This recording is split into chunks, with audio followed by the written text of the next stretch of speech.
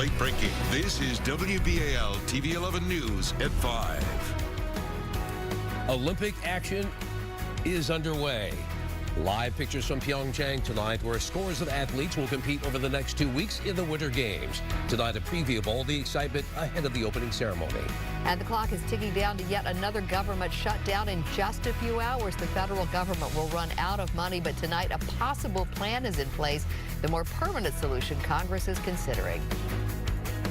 I think it's a bigger problem that the city itself needs to address. Business owners banding together to address the rising crime in Baltimore. Tonight, how one Charm City neighborhood is taking matters into its own hands. But we begin tonight with breaking news from Wall Street. Another rough day with the Dow Jones seeing some big losses, closing down more than 1,000 points. And the index took a nosedive just before closing this afternoon. This is the third day this week.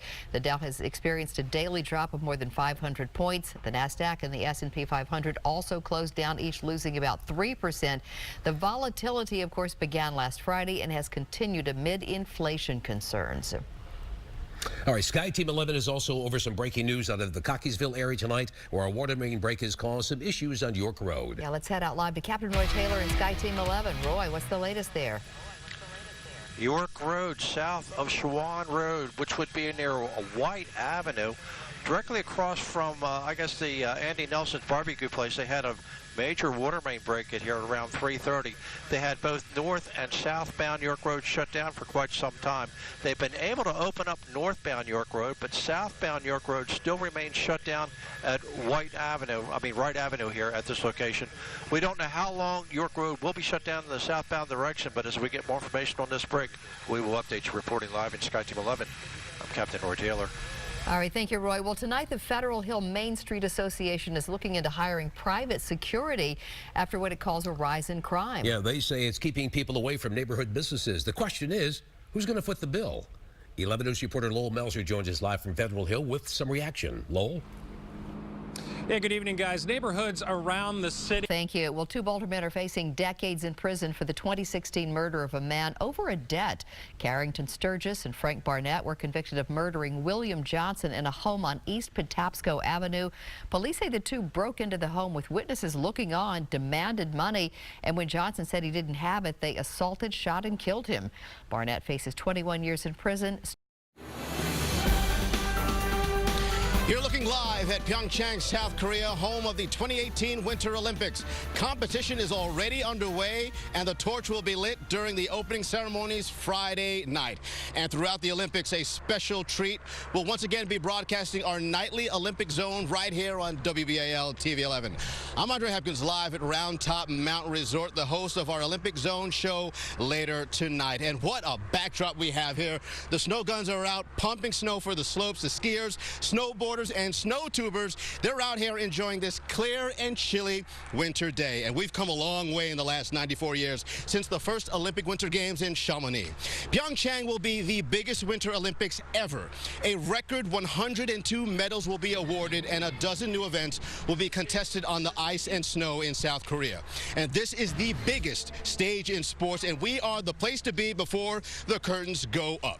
On tonight's Olympic Zone, we'll profile your favorite American athletes, including a first-time Olympian from Howard County competing in short track speed skating, and a famous chef will share his insight into Korean cuisine as NBC's Olympic food correspondent.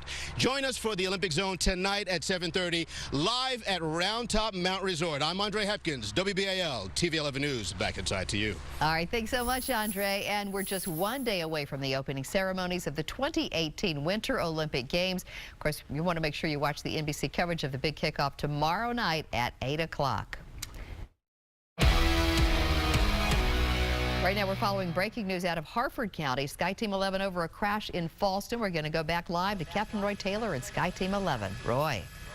Harford Road and Record Road here in Harford County. Crash happened just before 5 o'clock. Came out as a rescue assignment. We know there were people injured here. Airbag deployment did happen at this location. Fire department and state police are still on the scene here while they deal with the investigation of this crash. Northbound Bel Air Road has only one lane able to get by. Southbound Bel Air Road has one lane able to get by. Record Road is shut down. Reporting live in SkyTeam 11, I'm Captain Roy Taylor. Captain Roy, thank you very much. Well, a Florida woman is claiming an airline told her to flush her hamster down the toilet at BWI Thurgood Marshall Airport. 21-year-old Malene Aldick. Now, your WBAL-TV 11 weather forecast with Chief Meteorologist Tom Tasselmeyer. Well, it was a cold morning across our region, no doubt about that, especially in areas north and west of Baltimore. You get up into parts of northern and western Pennsylvania, and temperatures were near zero up around Bradford. That's normally one of the colder spots in our region, but big goose egg on the thermometer up there at Bradford today. It's 0. 10 at Oakland in far western Maryland, and it was pretty chilly around the Baltimore metro area too. Low 20s officially down to BWI Marshall. Notice some teens for morning lows from southern Pennsylvania into central and western Maryland. That 10-degree reading out at Oakland, a little bit milder down along the coastal areas. Upper 20s, Salisbury and Ocean City. Official high today down at the airport, 35 degrees. That's 8 below normal. So we've gone throughout the entire first week of this month and now into the first day of the next week with temperatures averaging out quite a bit below normal. Now a little bit of a warming trend will come our way. We should get temperatures closer to normal tomorrow and then above normal going into the weekend. Notice the record high, 72 degrees 1 year ago today. So it was like spring last year. This time a little more typical of winter conditions. Current temperatures around the region, mid to upper 20s, southern Pennsylvania, low to mid 30s on the lower eastern shore into southern Maryland, where Patuxent is at 36 degrees. Teens and 20s out in the western Maryland mountains right now. Just a few scattered clouds drifting by. Earlier today we saw a couple flurries passing by to our north and west. Don't think we have much of a chance at any kind of precipitation tonight, but clouds will be on the increase as we go into Friday and the weekend. Couple little systems, one up here in the upper Midwest, and notice some moisture developing on the Gulf Coast. Combination of these two moving back into the mid-Atlantic, but this time temperatures should be warm enough so when the precipitation arrives, we're talking all rain, and it's likely to start maybe as early as Saturday afternoon or evening. No problem tomorrow, just an increase in the cloud cover around the region and temperatures into the 40s. And the clouds continue to thicken up as we go through Saturday. Saturday morning should be dry. Afternoon, evening, notice Futurecast is showing some scattered showers in the area, but the bulk of the rain arrives later Saturday night and continues off and on into the day Sunday, and maybe even a few heavy downpours again. So we've had a couple of decent rains in the past week, and it looks like we might get another one coming in here on Sunday, hopefully taking a good chunk out of that drought condition that we've been dealing with. So for the rest of the night, mostly clear and cool. Teens in the suburbs, low to mid 20s downtown Baltimore. West winds averaging 8 miles an hour. Tomorrow, increasingly cloudy skies. Temperatures near the normals, 40 to 45, and light south to southeast winds. 7-day forecast then, 44 tomorrow.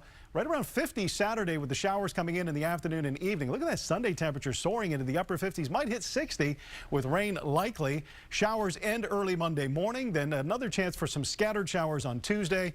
And temperatures remaining mild into the middle of next week. I could handle 60. I'll take 60 with the rain. Sounds sure. good. Yeah. All right, well, still ahead on 11 News, the number of overdoses are down, but more people are dying. The troubling statistics out of Anne Arundel County tonight.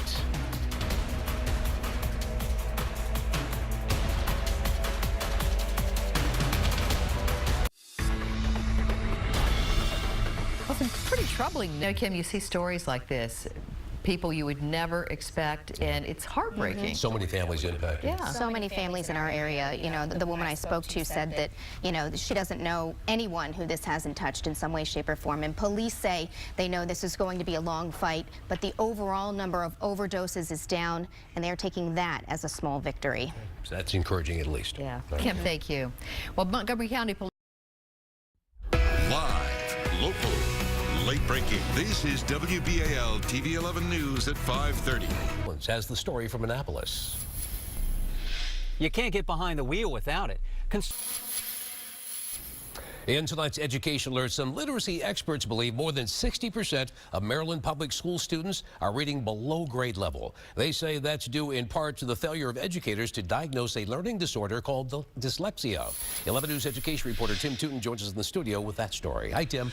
Well, Stan, that's the message Decoding Dyslexia in Maryland has been putting out. It's a grassroots organization that's been sharing this message for years now. It's why they showed up today in Annapolis.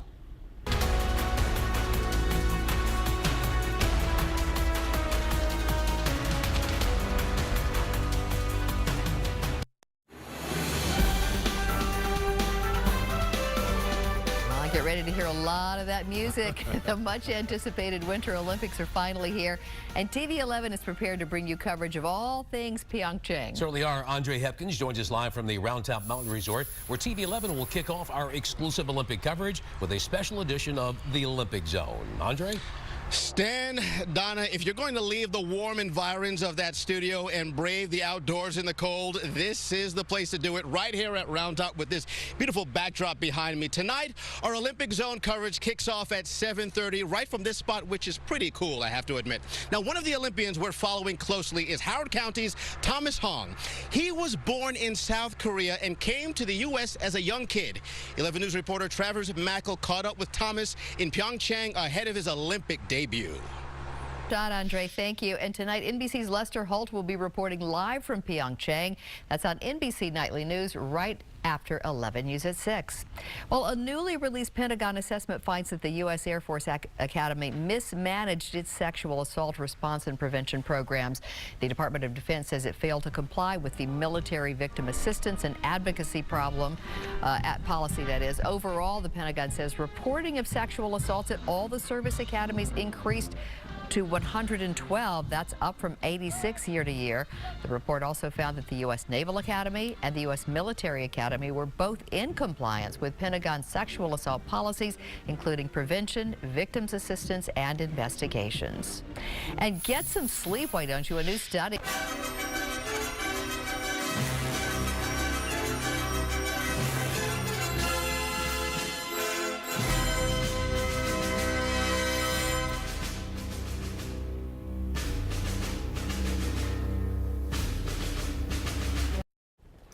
Well, the Barked Animal Rescue and Care Shelter is packed. Literally, they are out of room, especially for dogs. As Megan Pringle reports, the shelter is now doing what it can to make some room. Tells us the free adoption ends tomorrow at 6 p.m. That's all for 11 News at 5:30. Here's a look now at what's coming up tonight at 10 on MeTV Baltimore. Hundreds of incorrect water bills sent out in Baltimore. What DPW says caused customers to be billed as much as, get this, $50,000. Plus, what families are giving up to afford their kids' extracurricular activities. We'll have those stories and all of your late-breaking headlines at 10 p.m. on MeTV Baltimore. And that's all for us at 5. Here's a look at what's coming up new at 6 o'clock. A midnight deadline for lawmakers tonight. I'm Aixa Diaz live in Washington with another budget battle to avert a government shutdown. I'm Jane Miller live at the federal courthouse. Jurors in the federal corruption case against 2 former Baltimore police detectives begin their deliberations. And I'm Andre Hepkins live at Round Top Mountain Resort in Lewisberry, Pennsylvania, talking about all things Olympics, replete with ties to Maryland. That coverage straight ahead. Live, local.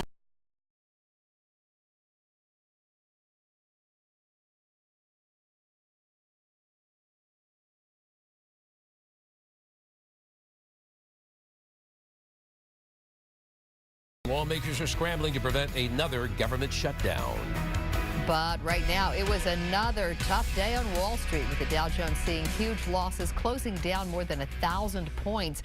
The index took a nosedive just before close this afternoon. This is now the third day in a row the Dow had a daily drop of more than 500 points. The Nasdaq and S&P 500 also closed down, each losing about 3%. The volatility began last Friday and has continued amid inflation concerns. Meanwhile, lawmakers on Capitol Hill have until midnight to pass a spending bill to avoid another government shutdown. And that bill includes funding for the military and infrastructure. 11 News' Aixa Diaz is live in Washington. And Aixa, where do things stand right now? Well, Donna Stan, the votes haven't happened yet. They're expected later tonight.